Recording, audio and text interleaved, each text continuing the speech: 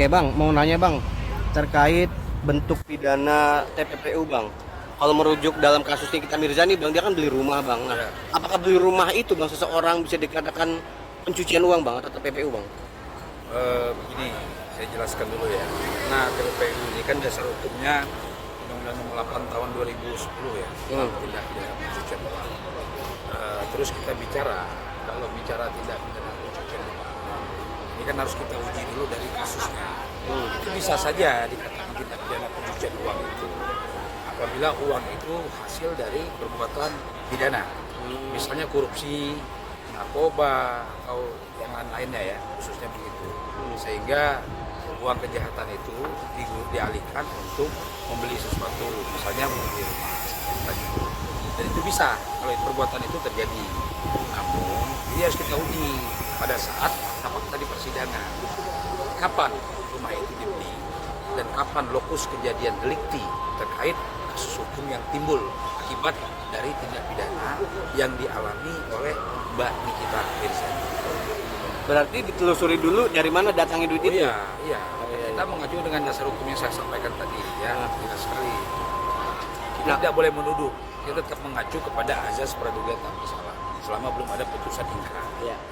Oke, dari kacamata abang sebagai praktisi hukum ya, kalau dari Nikita ini apa bang? Apakah benar-benar duitnya ya kalau sudah kan sudah selanjutnya sidang nih, katanya bener awalnya memang pemerasan, lalu 4 miliar, 2 miliar dipegang, 2 miliar lagi untuk beli rumah. Nah, kalau abang melihat ini masuk dong bang ke pencucian uang? Ya begini, selama tindak pidana yang dilakukan oleh Mbak Nikita Mirzani ini, ya, misalnya memang uang itu masuk, berarti kan masuk ke pemerasannya ya.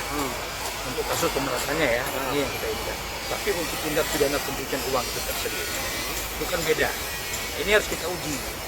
Kita uji baik secara material maupun immaterial. Nah ini tugas siapa? Tugas pihak kejaksaan dalam dakwaannya untuk melakukan tuntutannya itu apakah memang tuntutan itu bisa dia buktikan secara hukum, baik secara fakta-fakta di persidangan, secara de jure-nya, secara de facto-nya nggak bisa dia buktiin memang ini ada pelanggaran yang dilakukan oleh Nikita Mirzani terkait tindak pidana pencucian uang. Bang, kalau TPPU itu hasilnya apa ya? Bisa dikatakan dibelikan hasil untuk perputaran uang bang, itu ya. Ya. Kalau untuk dibelikan barang tok gitu, yang nggak masalah apa-apa masih disebut Ya TPPU, Bang? selama barang itu barang-barang yang berbentuk baik bergerak maupun tidak bergerak itu termasuk hasil kejahatan. Oh iya, Itu iya. termasuk tindak pidana pencucian uang. Oke? Paham kan di sini? Bergerak misalnya apa? Mobil.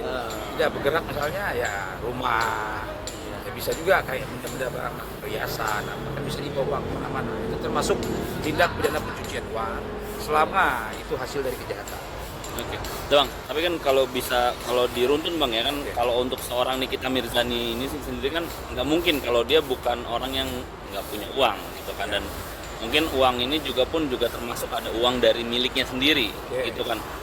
Kalau memang uang ini kan dibilang kan tercampur bang ya, otomatis tercampur kan ya. Apakah itu masih bisa termasuk bang? Masih bisa masuk? Apa emang harus diselidikin dulu? Apalagi kalau uang yang udah tercampur itu nggak bisa dilihat kan Ya, bang? di sini tugas para pengacaranya Mbak Nikita Mirzani untuk membuktikan itu. Mana uang yang dari hasil kejahatan, mana uang yang memang hasil dari profesional pekerjaan Mbak Nikita Mirzani selama ini. Artinya begini, uang yang kejahatan itu pun itu bisa jadi tindak pidana. Tapi uang yang hasil kerja sendiri yang bukan hasil dari pidana tidak bisa dijadikan pidana. Makanya di sini saran saya para pengacara dari Mbak Nikita Mirzani harus bisa membuktikan itu, mematahkan dakwaan jaksa maupun tuntutan jaksa. Tapi dari JPU sendiri kan menghadirkan saksi dari BCA. Oke.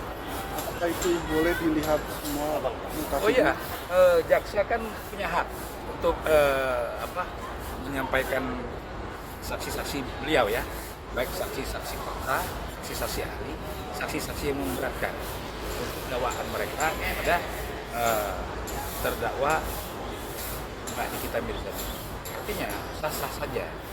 Begitu juga dengan pihak dari para pengacara Mbak Nikita Mirzani, dia berhak untuk menyampaikan saksi-saksi selanjutnya untuk pembelaan Mbak Nikita Mirzani. Sah-sah saja, berdasarkan apa? KUHP, Undang-Undang Nomor 8 Tahun 1991, di mana saksi itu punya hak di kedua belah pihak, baik maupun dari terdakwa maupun dari JPU. Nanti hakim yang akan menilai, mempertimbangkan itu. Apakah seorang Mbak Nikita Mirzani ini benar-benar melakukan tindak pidana, kesalahannya sampai di mana, apakah masuk pemerasan, apakah cukup di pemerasannya saja, apakah ada juga tindak pidana pencucian uang. Ini kan ada pasal-pasalnya tuh, pasal mana yang menentukan, misalnya primer, subsidiar, lebih subsidiar dalam tuntutannya nanti kan akan seperti itu.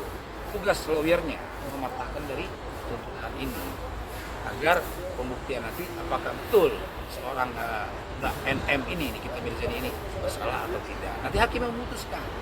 Hakim pun memutuskan itu berdasarkan kekuasaan kehakiman. Nah, kekuasaan kehakiman ini hakim punya hak. Dia punya hak tunduk pada diri dia sendiri, kepada Tuhan dan kepada orang banyak. Itu sih. Oke, siap. Oke.